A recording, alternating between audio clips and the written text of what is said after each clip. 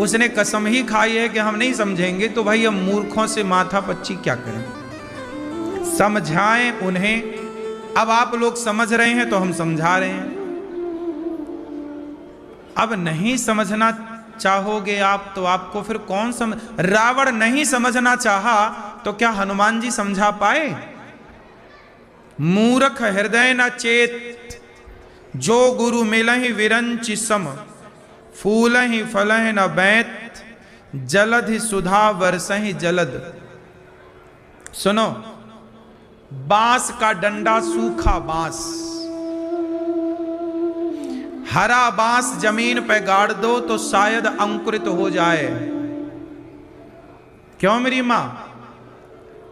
हरा बांस जमीन पे गाड़ दोगे तो शायद वो अंकुरित हो जाएगा कि नहीं। लेकिन सूख गया बांस, सूख गया, उस डंडे को गाड़ो और उसमें अमृत की सिंचाई करो। अमृत, क्या वो हरा भरा होगा? ऐसे ही है कि कुछ मूर्ख होते हैं जिन्हें हनुमान जी समझाए तो नहीं समझा, राम समझाए नहीं समझा। कुछ लोग, कृष्ण गए तो थे समझाने, दुर्योधन मान जा। समाज में कुछ लोग दुर्योधन और रावण जैसे लोग होते हैं जो भगवान के समझाने पर भी, अब जिसे भगवान समझाएं और ना समझें, ऐसे ही जब हम समझाएं तो कुछ नहीं समझते, आप समझाओ तो नहीं समझते। मतलब समझ लो कि अब इनके विनाश काले विपरीत बुद्धि। अब समझाएगा, गुरु भी समझाते हैं और समय भी समझाता है। फर्क इतना है कि गुरु समझाकर इम्तिहान लेते हैं और समय इम्तिहान लेकर के सिखाता है। सिखा तो देखो, समझ तो फिर सब गए, रावण भी समझ गया आखिरी में, तब ना रावण के मुंह से राम निकला। रावण ने मरते समय क्या बोला? राम। कब समझा? अंत। अंत। कौन बचा जो नहीं? दुर्योधन भी समझा। कब? अंत। अंत में समझोगे ना तो अंत ही होगा। इसलिए आदि समझ लो, मतलब पहले ही समझ लो, आदि और अंत तो पहले ही समझ लो ना भैया। जो हम समझा रहे हैं कहीं देर ना हो जाए। क्यों मैया, क्या बोलती तू?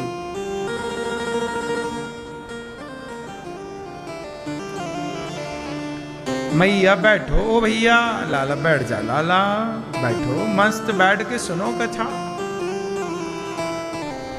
तो भगवान जो है, कोई कहे कि मैं नहीं मानता ईश्वर को, मूर्ख है एक नंबर का। सुनो, जो लोग कहते हैं कि मैं ईश्वर को नहीं मानता, ऐसे लोगों से माथा पच्ची करो ही मत, अपना समय वेस्ट मत करो। आप समझाओ, थोड़ा बहुत समझाओ, लेकिन नहीं, रावण को कोई नहीं समझा पाया। कहां समझाया कोई? फिर समय ना वेस्ट करो, परेशान ना हुआ करो, सदा हैप्पी रहा करो। सब भगवान को मानते हैं, कोई नहीं है ऐसा जो ना मानता हो। तरीके अलग अलग हैं, भाषाएं अलग अलग हैं, प्रार्थना करने के तरीके अलग हैं। कोई ऐसी प्रार्थना करता है, कोई ऐसी प्रार्थना करता है। बोला हाँ, कोई छाती पे हाथ रख के प्रार्थना कर रहा है, कोई हाथ जोड़कर प्रार्थना कर रहा है, तो कोई हाथ आकाश की तरफ आगे बढ़ाकर प्रार्थना कर रहा है। हाँ या ना? तरीके तो बदले हैं, हाथ तो दो ही है ना सबके पास। कोई यूं कर रहा है, कोई यूं कर रहा है, कोई यूं कर रहा है। पुकार सब उसी को रहे हैं, अपनी अपनी भाषा से। अच्छा एक बात बताओ, चींटी भी तो ईश्वर को पुकारती होगी ना, पर चींटी की अपनी भाषा होगी, चींटी के अपने तौर तरीके होंगे ईश्वर को मानने के। पुकारती तो मछली भी होगी, पर मछली की भाषा अलग है। पुकारता तो कुत्ता भी होगा ईश्वर को, लेकिन उसका अपना, उसकी भाषा आप कहां समझ पाए, हमारी भाषा वो कहां समझ पाए। कौन है जो नहीं जानता ईश्वर को, कौन है जो ईश्वर के विधान से बाहर है। सब ईश्वर के अंदर समाहित है। पूरी प्रकृति, चींटी, हाथी, पशु, पक्षी, जलचर, थलचर, नभचर, सब उड़ने वाले, पानी के भीतर वाले, जमीन पर चलने वाले, 3 प्रजातियां ही तो हैं। जलचर, बोलो जलचर, थलचर, नभचर, तीनों जानते हो। जलचर कौन कौन है? जलचर मछली, थलचर, थलचर आप थलचर हो? हाँ, जो थल मतलब जमीन पर, जल, थल और नभचर। नभ मतलब आकाश में जो उड़े वो पक्षी, जो जमीन पे चले वो सांप, कुत्ता, बिल्ली, पशु, पक्षी।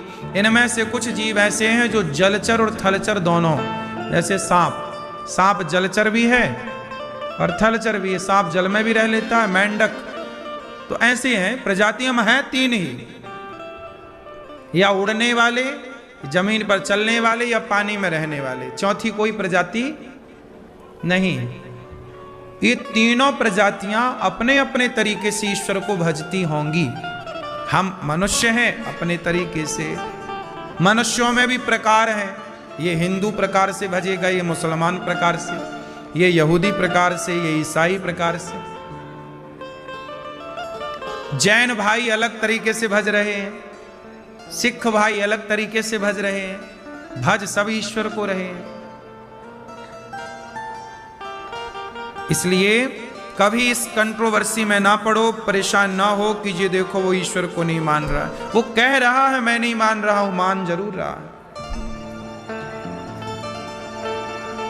भगवान अनेक अवतार लेकर आते हैं अनेक टाइम पर। इसलिए आपको हर रूप में ईश्वर को देखना चाहिए। अच्छा ये बताओ भगवान कितने हैं? जरा बताओ ईश्वर कितने हैं? कितने हैं मैया? ईश्वर कितने हैं? एक। वह एक हैं, लेकिन आप कौन हो? आप कौन हो? आप कौन हो? आप ईश्वर के अंश हो। हम सब कौन हैं? ईश्वर के। हम सब कौन हैं? ईश्वर के। ईश्वर अंश, जीव अविनाशी, चेतन अमल सहज सुख राशि। हम सब ईश्वर के अंश हैं। कौन हैं हम? कैसे अंश? अंश मतलब क्या होता? आप ईश्वर के कौन हो? इसलिए कहता हूं संसार में सब जगह ईश्वर है। जहां देखो, जिसे देखो, उसे भगवान के रूप में ही देखना चाहिए। सिया राममय, सिया राममय सब जग जानी, सर्वम खलविदम ब्रह्म। सब में ईश्वर। हम ईश्वर के कौन हैं? जोर से। अंश किसे कहते हैं? आओ अब अंश जानते हैं। जैसे गंगा बह रही है गंगोत्री से गंगा सागर तक, लेकिन आप गए और एक बोतल पानी भर लिया गंगा जी का। आपके घर में गंगा जल होगा कि नहीं होगा? है? तो जो आपके घर में गंगा जल है वो गंगा है कि गंगा का अंश है? क्योंकि गंगा तो बह रही है, लेकिन बहती हुई गंगा से एक बोतल पानी भर लिया तो वो गंगा का क्या हुआ? वो गंगा नहीं है, वो गंगा का अंश है। हाँ या ना?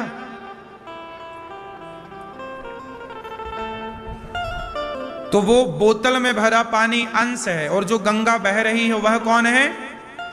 वह अंशी है। अंशी का अंश होता है। अंशी का अंश होता है। तो ईश्वर है अंशी और हम हैं उस ईश्वर का अंश।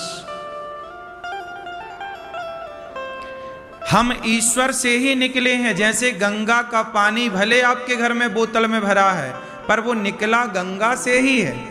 ऐसे आप, चींटी, हाथी, कुत्ता, मछली, बिल्ली, सब ईश्वर से ही निकले हैं,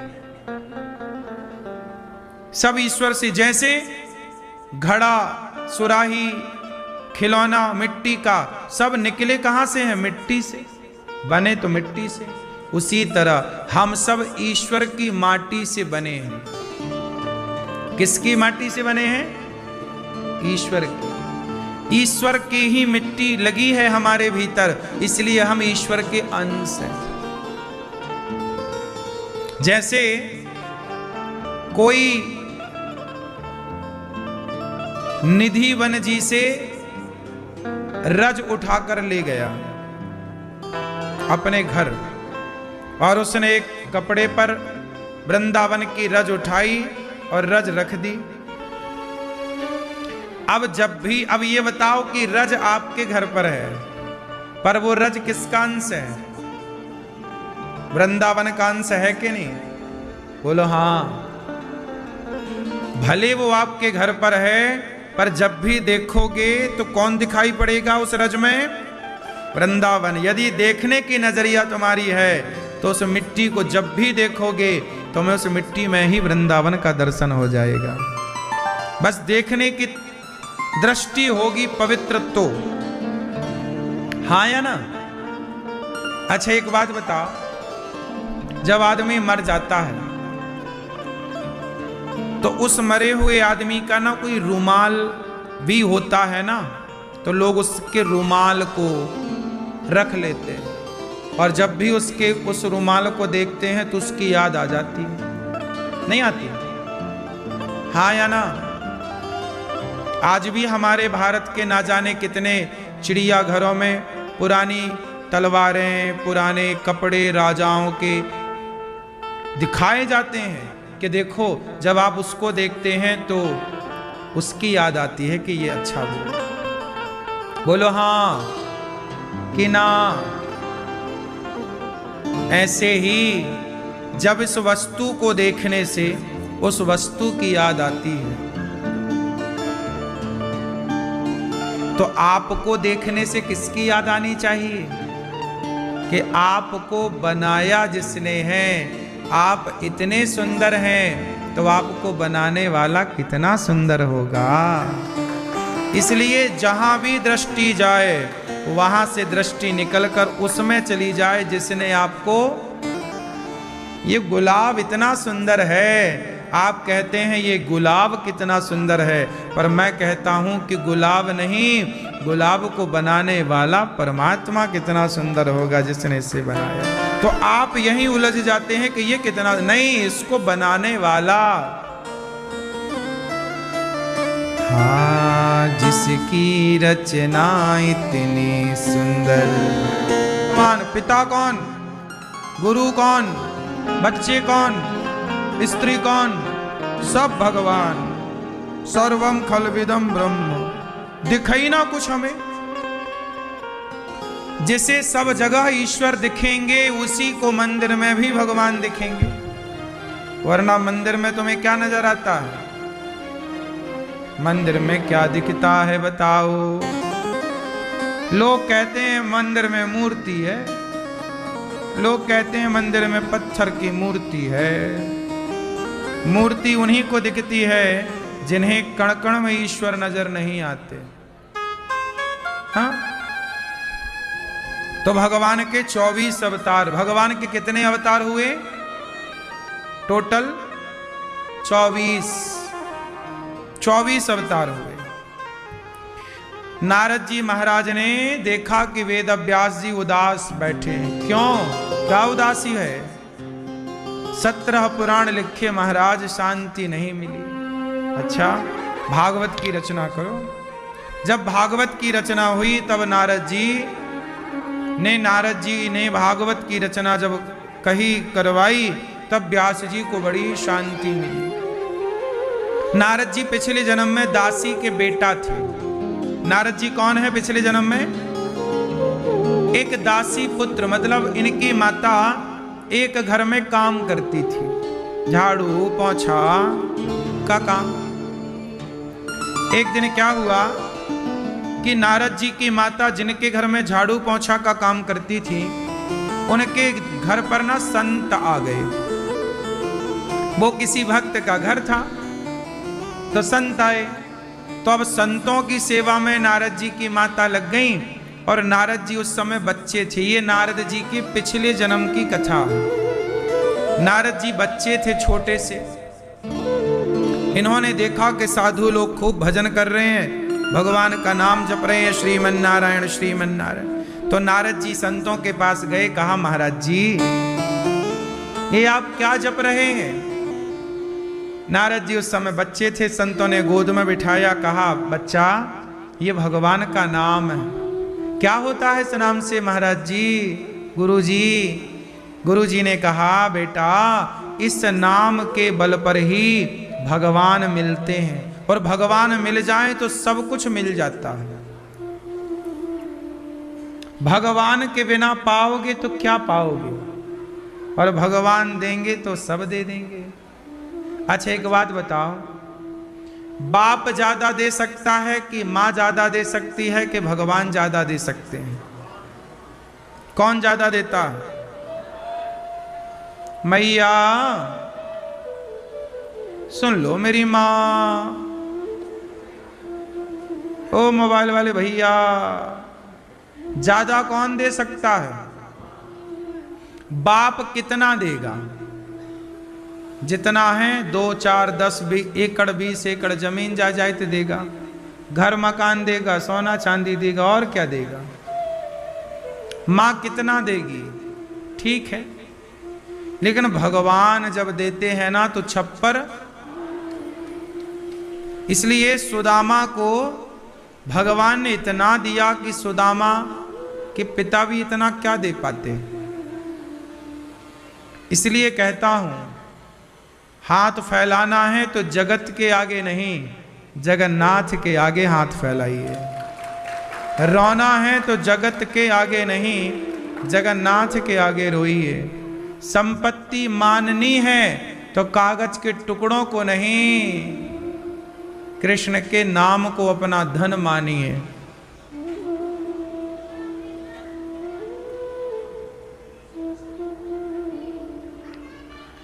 नारद जी ने कहा महाराज क्या ये जो मंत्र आप जप रहे हैं मैं भी जपूं? संतों ने नारद जी को मंत्र दे दिया। कुछ दिन बाद संत चले गए। जब तक थे तो संतों की खूब सेवा की नारद जी ने। उनके पांव दबाना, उनके भोजन की थाली उठाना, थालियां धुलना, संतों के कपड़े धुलना, संतों की सेवा करना, खूब सेवा करी जब संतों की। तो नारद जी को भी संतों की कृपा से भक्ति मिल गई। एक दिन जब संत जाने लगे तो नारद जी भी पीछे पीछे जाने लगे। तो रोका माता ने, बेटा तुम अपनी माँ को छोड़ के कहाँ जा रहे हो? नारद जी रुक गए कि चलो माँ मेरी जिंदा है, अभी तो माँ है। तब कुछ दिन बाद क्या हुआ कि माँ की मृत्यु हो गई। जब माँ की मृत्यु हुई तो माँ का संस्कार किया नारद जी ने, और अपनी माँ को अंतिम संस्कार करके सारे विधि विधान करके जंगल में जाके तपस्या करने लगे। वही मंत्र जपा जो मंत्र गुरुजी ने कानों में दिया था। अब नारद जी जब उस मंत्र का जाप करने लग गए तो मंत्र जपते जपते जपते जपते नारद जी की जवानी निकल गई, बुढ़ापा निकल गया। एक दिन नारद जी रोने लगे, प्रभु क्या दर्शन नहीं दोगे? तब भगवान ने एक छवि, एक झलक दिखाई। जैसे बरसात में बिजली नहीं चमकती आकाश में, चमकती है और एक सेकंड से भी कम समय में वो गायब हो जाती है। उसी तरह भगवान प्रकट भये नारद जी के सामने, और प्रकट हुए बस गायब। अब तो नारद जी व्याकुल, प्रभु कहाँ चले गए, कहाँ चले गए? तब आकाशवाणी हुई, नारद जी तुमने इतनी भक्ति की है कि अब तुम्हें ब्रह्मा का पुत्र बनने का सौभाग्य मिलेगा, सदा तुम मेरे धाम में रहोगे, लेकिन इस शरीर से नहीं। देखो शरीर ये नहीं होगा। तब नारद जी ने भगवान का चिंतन करते करते ये शरीर छोड़ा, और जब छोड़ा तो फिर ब्रह्मा जी के पुत्र बनकर देवर्षि नारद जी प्रकट हुए। इस शरीर से तपस्या की जा सकती है, लेकिन इस शरीर को छोड़ करके ही उस ईश्वर को पाया जा सकता है। इस शरीर से क्या नहीं पाया जा सकता? क्या इस शरीर से ईश्वर को नहीं पाया जा सकता? हाँ, इस शरीर से ईश्वर को पाने के सारे द्वार खोले जा सकते हैं। एक बात बताओ, अर्जुन को भी तो भगवान श्री कृष्ण ने गीता जब सुनाई तो अर्जुन को विराट रूप दिखाया, तो अर्जुन उस विराट रूप को देखने में सामर्थ्य थोड़ी थे। तब भगवान ने अपनी दिव्य आंखें, दिव्य चक्षु प्रदान किए ना। इस शरीर से ईश्वर को क्या देखोगे भाई? इस शरीर से तो ईश्वर को पाने का केवल रास्ता साफ होता। इसलिए प्रेम कर लो, भगवान की याद में तप लो, मर तो जाओगे ही। पैसे पैसे कमा के मरोगे तो राम राम कमा के मरो। क्यों चिंतन करना जगत का? समझदार हैं वो जो प्रभु के चिंतन में लगे हैं, क्योंकि वो अगला रास्ता तैयार कर रहे हैं। और आप लोग गलती ना करो,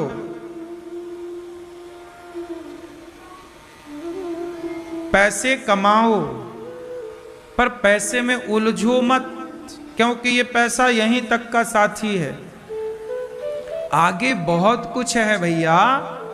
ये क्यों भूल गए कि आगे बहुत बड़ी दुनिया है, बहुत बड़ा संसार है। आज आपके इस जन्म के अच्छे और बुरे कर्म से आपका अगला जन्म निश्चित होने वाला है। बोलो हाँ कि ना? इसलिए भगवान का चिंतन कर लो नारद जी की तरह। और इस शरीर से हमने जितनी तपस्या की, जितना त्याग किया, उस सबका फल ईश्वर देते हैं।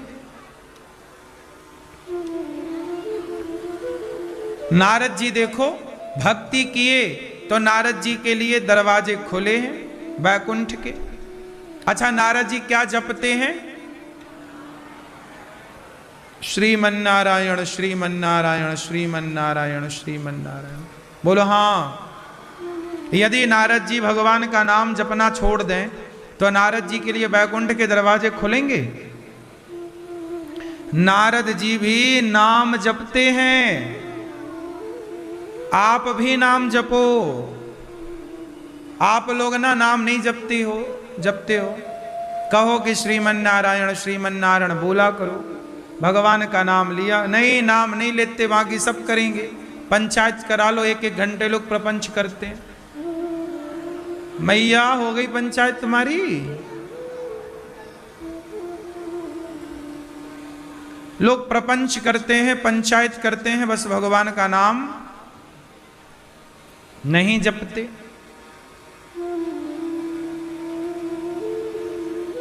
इसलिए कहता हूं कि खूब नाम जप करो, वही काम आएगा। नारद जी ने भगवान की प्राप्ति कर ली। वही नारद जी व्यास जी से कहते हैं कि भागवत जी की रचना करो। जब भागवत जी की रचना हुई तो क्या लिखा व्यास जी ने भागवत जी में?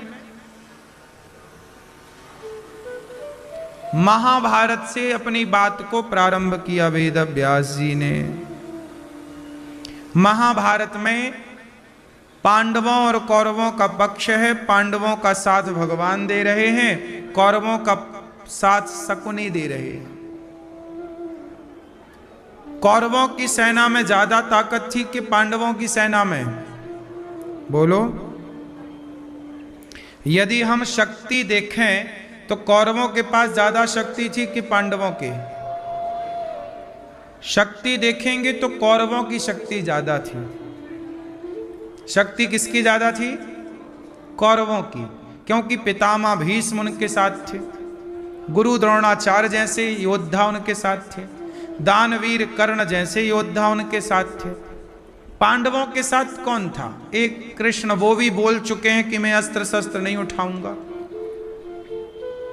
लेकिन यहां पर आपको एक बात समझनी है कि शक्ति कितनी भी ज्यादा हो, आपकी शक्ति की जीत नहीं होती, सत्य की जीत होती है। शक्ति नहीं जीतती, कौन जीतता है? सत्य। इसलिए परेशान ना हुआ करो। सत्य भले थोड़ा है, पर जीत सत्य की होनी है। झूठ, कौरवों ने झूठ बोला, कौरवों ने गलत किया, गलत किया, पर गलत का परिणाम भी तो मिला ना। आप लोग प्रश्न करते हो, गुरुजी हम अच्छा करते हैं हमारे साथ बुरा होता है, जो बुरा बुरा कर रहे हैं उनके साथ देखो सब कुछ बढ़िया बढ़िया है, मौज कर रहे हैं, मस्ती कर रहे हैं, गलत कर रहे हैं फिर भी सुखी हैं, हम सही कर रहे हैं फिर भी दुखी हैं। ऐसा आपका सवाल है। देखो, आप सही कर रहे हैं, लेकिन सही कर रहे हैं इसका मतलब ये नहीं कि आप मेहनत ना करें। आप मेहनत करिए, अच्छी प्लानिंग करिए और सही राह पर मेहनत करिए और सही राह पर आगे बढ़िए, तो आप सफल होंगे। और जो आप कह रहे हैं ना कि वो पाप कर रहा है, गलत कर रहा है और वो आगे बढ़ रहा है, तरक्की कर रहा है, सुनो, गलत करने वाला कभी तरक्की नहीं करता। महीने, 2 महीने, साल, 2 साल, 5 साल तरक्की दिखती है साहब, लेकिन गलत करने वाला ज्यादा से ज्यादा 10 साल, उसके 10 साल में परिणाम आने शुरू हो जाएंगे। दुर्योधन ने गलत किया, पांडवों की संपत्ति हड़प ली, लेकिन कितने दिन चली? बोलो, कितने दिन चली? बेईमानी की कमाई संपत्ति जल्दी नष्ट हो जाती है, मेहनत और ईमानदारी की संपत्ति कई पीढ़ियों तक चलती है। पुराने जमाने में आपने सुना होगा, पीढ़ी दर पीढ़ी संपत्ति बनी रहती है। भाई ये बाप दादाओं की धन संपदा थी तो उसे बच्चे ने और बनाया, फिर बच्चों ने और बनाया। कई लोग ना खानदानी अमीर हैं, क्यों? और कुछ लोग अमीर होते हैं, सफल होते हैं, फिर जहां की तहां के खड़े हो जाते हैं, क्यों? ईमानदारी से चलोगे तो देर में तरक्की होगी, लेकिन वो लंबे समय तक टिकेगी तरक्की, धन। और यदि बेईमानी से धन कमाया तो कितने दिन टिकेगा? लोग बनते हैं और बिगड़ जाते हैं, नाम हुआ खत्म। बनाए रखना ये अधर्म से नहीं हो सकता, कोई देखे ना देखे। पांडवों का धन हड़प लिया कौरवों ने, तो कौरवों ने क्या वो धन पचा पाए? लोग बेईमानी करते जरूर हैं साहब, लेकिन बेईमानी पचती नहीं, किसी को नहीं पचती। आप में से किसी का पेट ऐसा नहीं बनाया ईश्वर ने जो बेईमानी का धन पचा सको। हां, 10 साल, ज्यादा से ज्यादा 5 और 10 साल तक रह सकता है, अधिक से अधिक 14 वर्ष, बस 15वें वर्ष में तो खेल चालू हो जाता है। हाँ या ना? हमने कितने लोगों को देखा, बहुत अमीर थे, बहुत गरीब हो गए। कुछ लोगों को देखा बहुत गरीब थे, बहुत अमीर हो गए। क्या से क्या हो गए देखते देखते। हमने रोडपति को करोड़पति बनते देखा और करोड़पति को रोडपति बनते देखा। देखा है हमने अपनी आंखों से। आप लोगों ने देखा कि नहीं? बोलो, क्यों देखा? बेईमानी की ना तो आया ना। काहे जब तुम करोड़पति थे तो रोडपति काहे आ गए? क्योंकि तुम करोड़पति बने ही बेईमानी करके थे, तब तो चला गया। ईमानदारी से बने होते तो क्यों जाता? ईमानदारी की संपत्ति कहीं नहीं जाती, तुम ताला खोल दो। ईमानदारी का है, मेहनत का है, चोर भी नहीं चुरा सकता। ईमानदारी का पैसा, मेहनत का पैसा किसी को पचेगा ही नहीं, ले जाएगा तो वापस देना पड़ेगा उसके बाप को। पहले की संपत्तियां ईमानदारी की थी, मेहनत की थी। आज की संपत्तियां बेईमानी की ज्यादा है।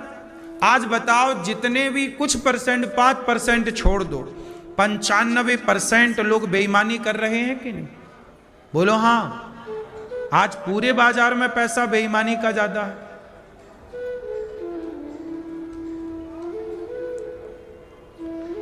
अब टीवी पे ऐड आता है, डर के आगे जीत है। अब बताओ, इससे बड़ी बेईमानी क्या होगी? डर के आगे जीत, वो भी क्या पी के? वो कुत्ते का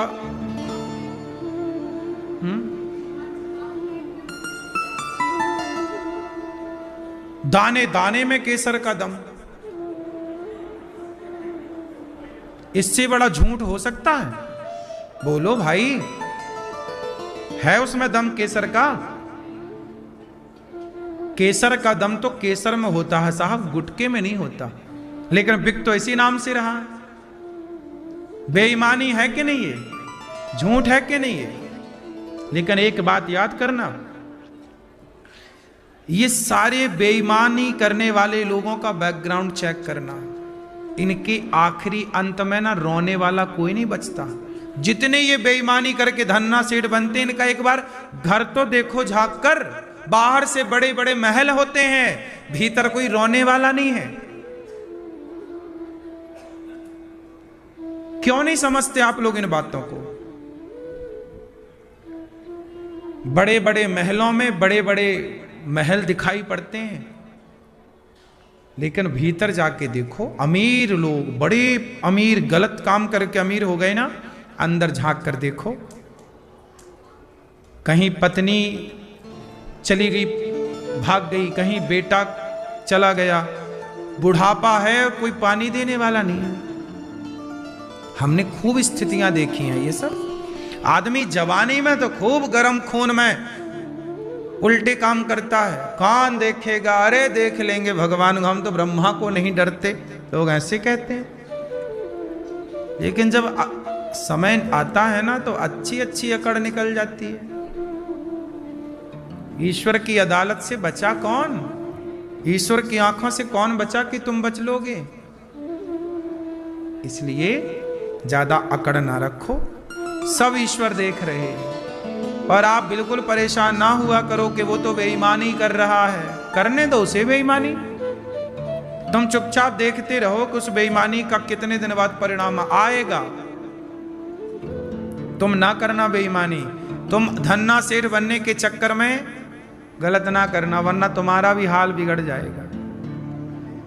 आजकल का लड़का, आजकल की लड़कियां और लड़के और यूथ और आज का समाज जल्दी से सबको धन्ना सेठ बनना है। आजकल मेहनत कोई नहीं करना चाहता। सब लोग मोबाइल पे जुआ डाउनलोड कर लेते हैं और सब लोग, आज के नौजवान लड़के ऑनलाइन जुआ खेल रहे हैं। उनको लगता है लाख 2 लाख कमा लेंगे। ऐसे ही कमा लेते, तुम्हें देने के लिए बैठे होते वो जुआ कंपनी के ऐप, कंपनी वाले, तो वो गरीब ना हो जाते? वो करोड़पति नहीं अरबपति हो गए, तुम हो गए झंडू बाम।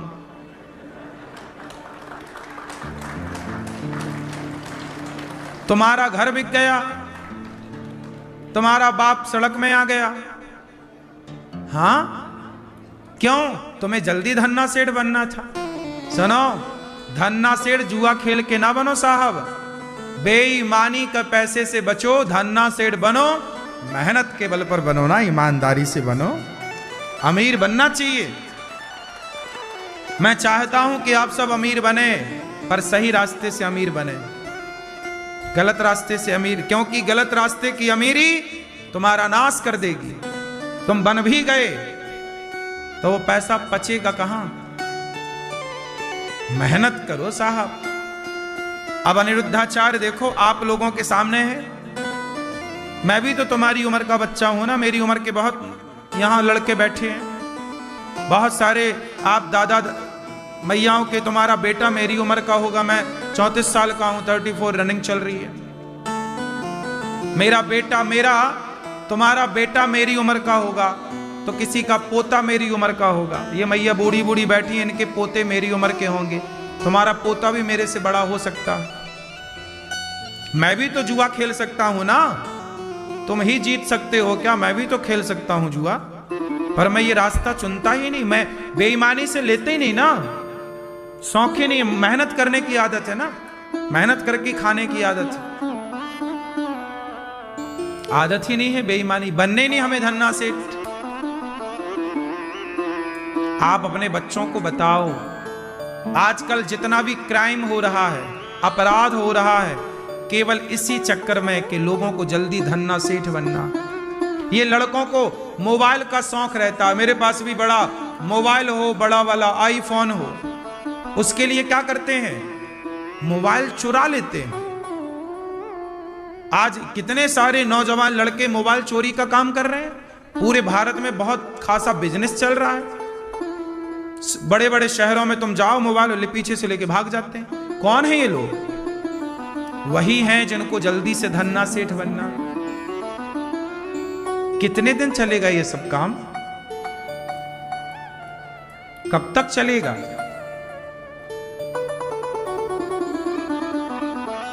कभी ना करना साहब। चोरी बेईमानी से बचो। सोना पड़ा हो सामने, आंखें बंद करके आगे चले जाओ, ये ईमानदारी है। किसी का धन पड़ा है, पड़ा रहे, मैं कभी नहीं उठाता। मेरे सामने लाख रुपए नहीं करोड़ पड़ा हो, मैं रास्ता बदल देता हूं, कभी नहीं उठाता। किसी का 1 रुपए पड़ा हो या 1 करोड़, मैं नहीं देखता उसकी तरफ। मेरी मेहनत का 100 रुपए है, वो 100 रुपए मैं लेना पसंद करूंगा ईमानदारी का। मुझे चाहिए ही नहीं बेईमानी का, तुम ले जाओ।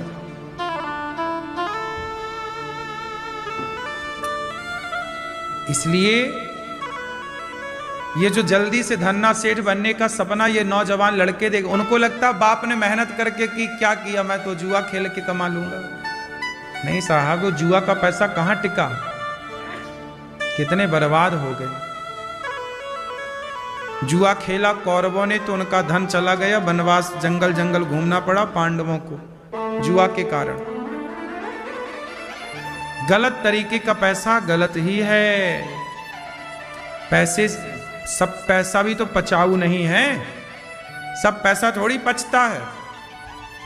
क्यों जी पचता है? ईमानदारी का पैसा पचता है साहब, मेहनत का, जो ईमानदारी से पसीना बहा है। गलत पैसे से बचो। बच्चों को बताओ ये सब बातें कि बेटा गलत पैसा ना कमाओ। यदि गलत ना कमाएंगे ना तो भारत का क्राइम खत्म हो जाएगा जी।